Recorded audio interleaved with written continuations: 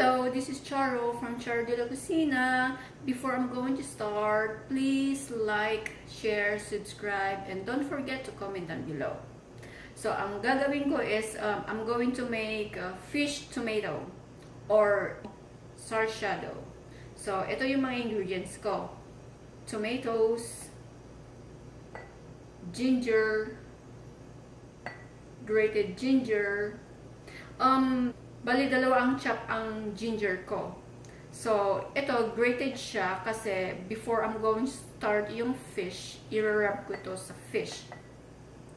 And then gagamit din ako ng pepper, ground pepper,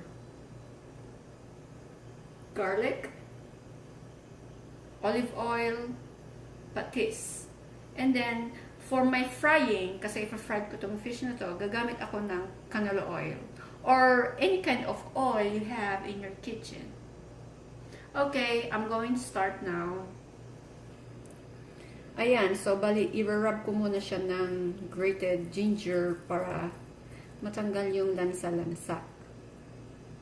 Ang other substitute pang patanggal ng lansa ng fish is yung lemon or calamansi. Kaso nga lang, nagiging chewy siya. Kaya, I recommend ginger. Mas maganda.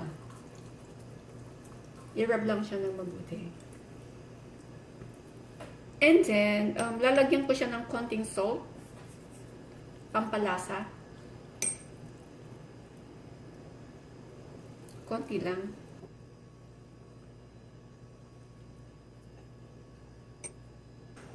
Ayan, pwede na silang i-fry.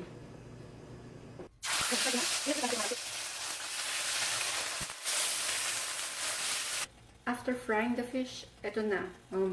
Lulutuin ko na sila lahat. And I use the same pan.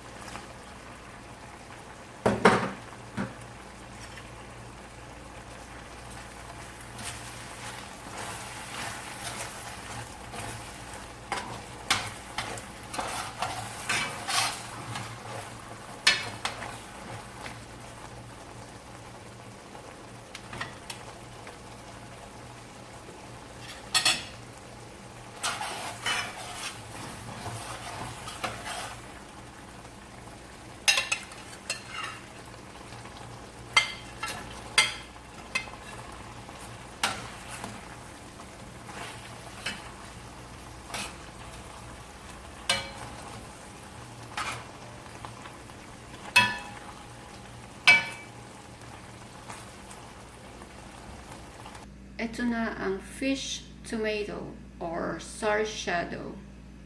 Masarap siyang isabay sa kanin. Okay, maraming salamat sa panonood. Ito si Charo from Charo de la Cocina. So, uulitin. Thank you. Masarap siyang isabay sa kanin, lalo na pag white rice. Ito. Sa akin yung head. Paborito ko.